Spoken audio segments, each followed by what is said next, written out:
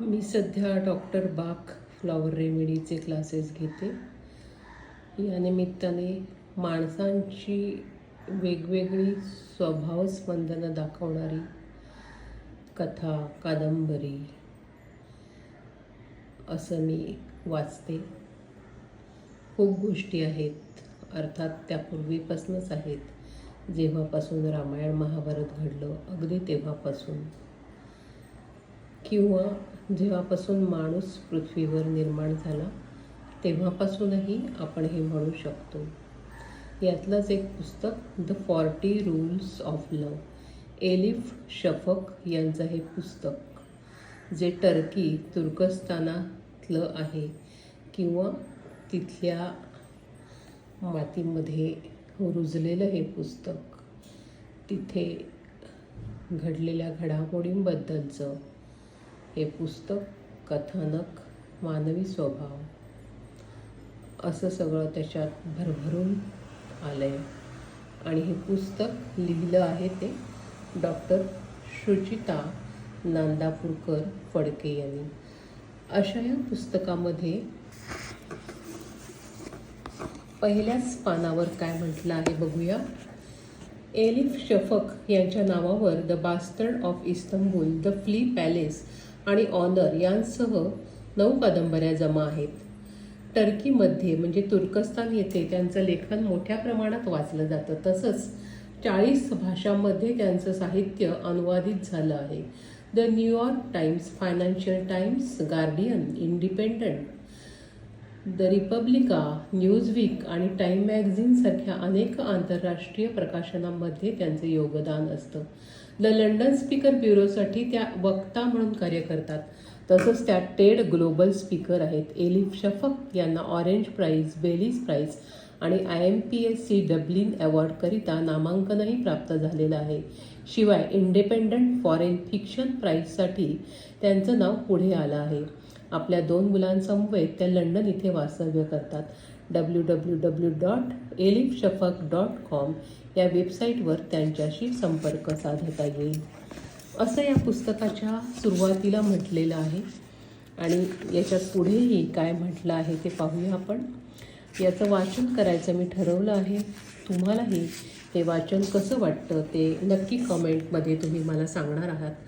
अनुवादाच्या निमित्ताने तुझ्या ठाई एकवटावं ही मनीषा मनी मानसी, तुझ्या ठाई एकवटावं ही मनीषा मनी मानसी, वैश्विक आणि रुचेल अशी पोहोचेल का कुणी तिथे. सुफी होणं म्हणजे, सुफी होणं म्हणजे ठराविक संकल्पना किंवा पूर्वकल्पनांपासून स्वतःला वेगळं करणं, निवृत्त होत सहजगत्या, अगदी सहजगत्या जगणं, बाह्यरूप आणि आकार यांना महत्त्व न देता अंतरंगाच्या सौंदर्याशी जपणूक करणं. इतरांकडून घडणाऱ्या कृती सुफी देखील सहज पार पाडतात, पण गरज असेल तेव्हाच. इतरांच्या आवाक्यात नसलेल्या कृती सुफी पूर्णत्वालाही नेतात, पण गरज असेल तेव्हाच. स्थळकाळाच्या पल्ल्याड जगणाऱ्या सुफींची संस्कृती अनोखी आहे.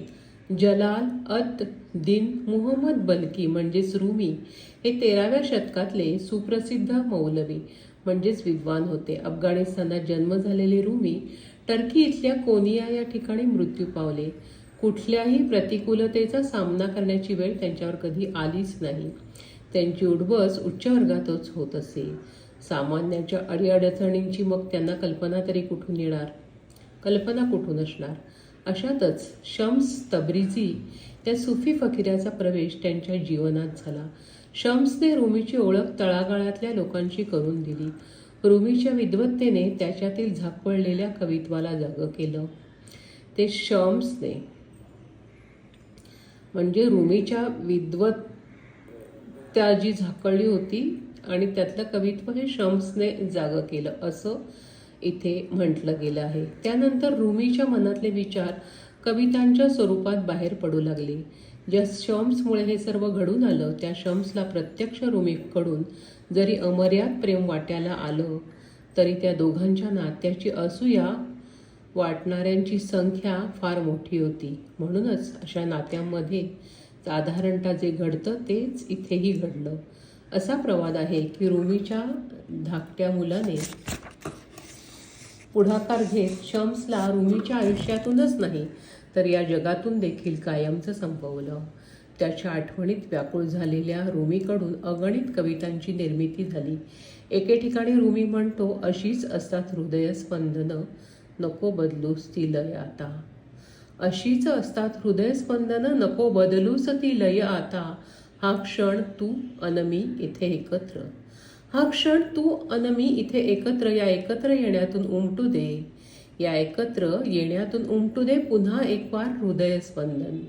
शम्सला जाणीव होती ती नफ्स म्हणजेच अहंकाराची.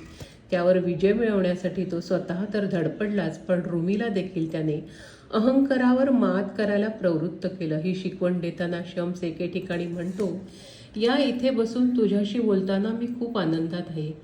तब्रीजमध्ये असतो तर सत्ता, पद आणि सन्मान मिळाला असता मला, पण माझे शब्द ते जाणण्याची समज नव्हती कोणात. ती आहे केवळ तुझ्यात. म्हणूनच तुझ्याशी शब्दसंवाद साधण्यात मिळतो मला अत्यानंद.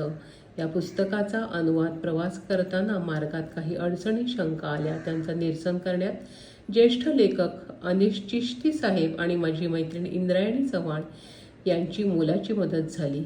या दोघांचे आणि मंजुल पब्लिशिंग हाऊसच्या टीमचे आभार मानत हा अनुवाद आपल्या हाती सुपूर्द करते, असं डॉक्टर शुचिकांता नांदापूरकर फडके यांनी, ज्यांनी या कादंबरीचा, या पुस्तकाचा अनुवाद केला आहे, त्यांनी म्हटलं आहे. असं हे पुस्तक वाचताना, ही कादंबरी वाचताना अनेक मानवी स्वभाव, त्यातली स्पंदनं उलगडत जाणार आहेत आणि ते इथे वाचण्याचा मी प्रयत्न करणार आहे. धन्यवाद. राधाश्रीचे बोल.